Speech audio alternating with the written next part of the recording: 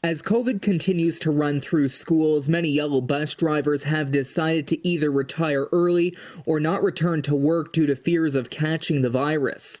In the fall, parents at Mother Teresa High School said they were left in the dark when their children's bus transportation was canceled, with little notice and no communication about alternative routes to and from school.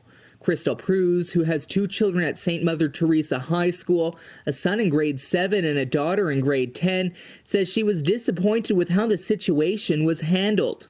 She found out her children's route would be canceled only days before it came into effect and was not provided any instructions on how her kids could get to school. They did, however, receive a free Presto Pass for OC Transpo. I have nothing against public transit, but we really weren't given any information about it. It was just like, your kid's gonna get a Presto Pass, here you go, don't know where the stop is, have a nice day. Like, it's I don't know, it's heartbreaking, and we're not happy, and neither is our bus driver. Pruz said her children have never taken OC Transpo before and has concerns with them being on a bus full of strangers, especially during COVID. Because she leaves early for work in the morning, it's not possible for the Barrhaven mom to drive them to school. It would be about a 45-minute walk each way and not sustainable during Canadian winters. The recent cancellations come after dozens of routes have been cut citywide, primarily impacting suburban communities. Many high school students who live in Riverside South yet attend Merivale High School have also seen their bus transportation cut, leaving them to take public transit, which could take up to an hour and a half each way. As of early September, roughly 90 yellow bus routes were canceled after drivers could not be found, leaving over 2,000 students without transportation.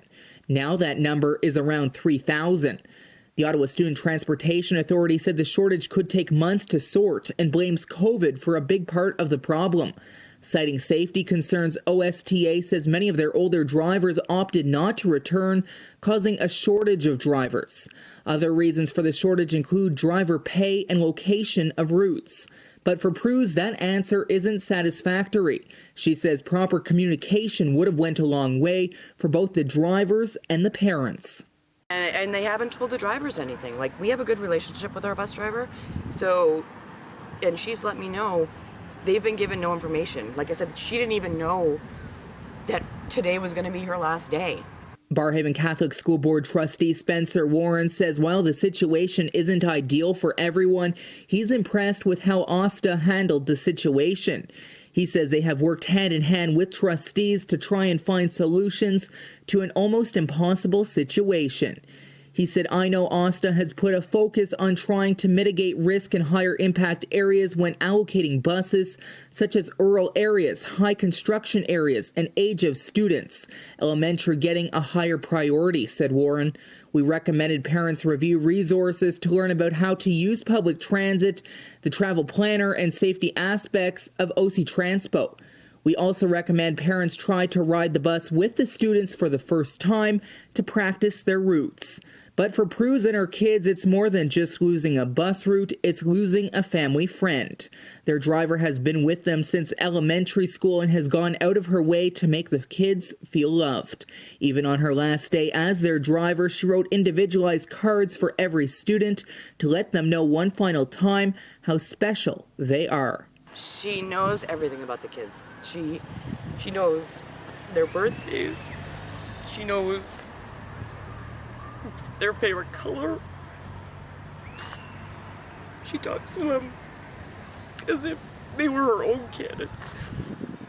And it makes them comfortable and feel safe.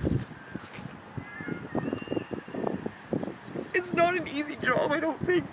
I've never done it, but she's one of the most wonderful people I've ever met. Charlie Cenac, QIN News, Ottawa.